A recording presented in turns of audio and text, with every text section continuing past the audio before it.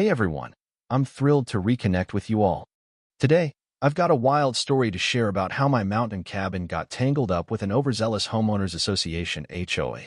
I'll walk you through every twist from the moment I sensed something was wrong to the day a judge handed me a jaw-dropping compensation award. At its core, this is a warning about what happens when certain HOA folks, drunk on their own authority, cross lines they shouldn't. But it's also about fighting back, protecting my rights, and keeping what's mine. Here's how it all went down. About 4 years ago, I bought my dream mountain cabin after years of SAVYing. I'm in my mid-30s, so it might seem like I jumped the gun on a property like this, but I've been fantasizing about a quiet getaway since I landed a steady job. Growing up, my parents took me camping near an old cabin owned by my uncle, and I always pictured HOA-ing something similar for my future family. When I found this place, it was perfect. A sturdy 2-bedroom retreat with a wide front porch facing a grove of evergreens, surrounded by enough land to feel private. Tucked off the main road behind thick shrubs, it had a simple gravel driveway leading to a carport. It checked every box. Since it was part of a small community with an HOA, I signed on to their basic rules: keep the place tidy, don't cause trouble, nothing unusual. I only planned to VY-sit a few weekends a month, and that seemed fine. The area had a mix of full-time residents and part-timers like me. My neighbor, a kind retiree named Sam, welcomed me right away, sharing advice about local wildlife and snowy roads to avoid. He said the HOA was chill, nothing dramatic, just a handful of homeowners who met occasionally to handle roads, trails, and trash pickup. I figured I was in the clear. That first year was pure bliss. I spent holidays there with my sister, Ellie, and we even threw a small family reunion on the porch one summer. Everyone adored it. I kept the place up with a local landscaping crew and had a friend swing by every few weeks when I couldn't. Everything felt normal. Then, last year, things got weird. It started with a letter from the HOA. I assumed it was routine, maybe a meeting notice or dues reminder, but it was anything but. Written in a sharp, almost hostile tone, it claimed my cabin was now public property because I hadn't lived there more than 6 months a year. They wanted to turn it into a community space and gave me an ultimatum to hand it over. I was dumbfounded, rereading it over and over to make sure I wasn't crazy. Sam filled me in. The HOA had a new leader, a guy named Victor, who took over that summer with a couple of cronies. Apparently, they had a reputation for stirring trouble in other neighborhoods, but no one saw this coming.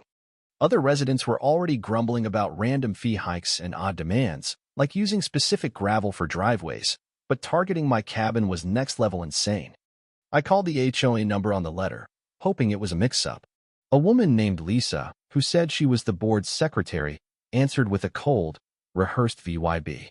She insisted they could claim and used land if it wasn't occupied most of the year, citing some new rule about persistent absentee ownership. I argued that my cabin wasn't and used. I had my deed, tax records, everything, but she brushed it off, saying it wouldn't matter after a board vote, then hung up. Sam later heard rumors they wanted to expand common areas with more green space, but this still made no sense. I checked in with my buddy Mark, a real estate guy. He laughed at first, thinking it was a joke, but got serious fast. "That's not legal," he said. "You own it. I've seen HOA power trips, but this is wild." He urged me to get a lawyer. First, though, I drove up to the cabin to check things out, worried they'd already messed with it. What I found floored me. My driveway gate was busted open, the yard trampled, and a sign near the walkway read, "Community gathering spot reservations required through HOA." Inside, my porch chairs were dragged in, and muddy footprints covered the floor. They'd clearly held some event in my house. I was furious. I snapped photos of everything: the gate, the sign, the mess, then called the cops. An officer named Jake showed up, baffled by the sign. After seeing my deed, he called the HOA's emergency line. Lisa answered, doubling down, but Jake wasn't buying it. He filed a report for trespassing and damage, though he couldn't do much more right then. That weekend, I cleaned up, changed the locks, fixed the gate as best I could, and added motion sensor cameras and private property signs everywhere. Next, I hired a lawyer named Claire, an HOA dispute pro recommended by Mark. She was outraged, saying they had no legal basis as long as my deed and taxes were legit. She told me to gather evidence photos, videos, document for a potential lawsuit. Meanwhile, Sam said the HOA was pushing a vote to make my cabin a community park.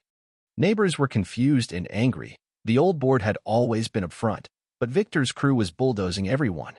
People urged me to crash the next meeting. It was at the community center by the Lakia packed house. Victor sat up front with Lisa and two others, launching into a speech about needing shared spaces, hinting at my cabin without naming me. I spoke up, laying out my ownership, the trespassing, and the police report. The room went silent. Victor claimed some new rule let them take abandoned lots, but I shot back that mine wasn't abandoned. A longtime resident, Martha, backed me up, questioning their aggression. The meeting turned into a shouting match, and the vote failed. Most residents sided with me. Victor grumbled they'd consult lawyers, but I'd won round one. A week later, they hit me with a letter citing fake violations me driveway, my fence threatening fines unless I fixed them in 30 days. Claire said it was a scare tactic and pushed forward with our lawsuit for trespassing, damage, and harassment. To stop more intrusions, I stayed at the cabin full-time for a few weeks, working remotely.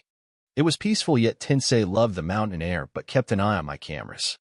Sure enough, two board members, including a guy named Paul, showed up one day, poking around with clipboards. I kicked them off, but the harassment continued: calls, emails, photos of my non-compliant driveway. Claire logged it all. Neighbors started rallying. Some shared their own run-ins with Victor's board, petty stuff like roof colors or mailbox designs. 3 months later, our lawsuit hit court. Claire presented everything: photos, the police report, Sam and Jake's testimonies. Victor and Lisa argued they could enforce standards, but their claim about seizing my property was baseless. The judge tore into the HOAs can't just take private land or host events there without consent. I won $997,000 for damages, fees, and distress. Relief doesn't even cover it. The fallout was huge. Residents ousted Victor, Lisa, and the others in an emergency vote, furious they'd misused HOA funds for their defense. A new board took over, apologizing and promising fair rules. I used some of the money to upgrade my cabin: new gate, fence, windows, making it my perfect retreat again. Ellie came up too, finishing an art project with photos from the porch and neighbor interviews, including Martha's take on how the HOA lost its way when it got too formal. Victor and Lisa faded out, reportedly hit with financial woes after their plan flopped. Meanwhile, neighbors bonded over the chaos, forming watch groups and hosting potlucks. One guy, Tom, shared how they'd hassled him over a shed's color he caved, unable to fight. It made me grateful I could. The new board's been solid: no more nonsense. I hosted a barbecue to celebrate, with Sam, Ellie, and Martha there, grilling and laughing. My cabin's mine, a lesson in standing firm in the power of community when petty tyrants overreach.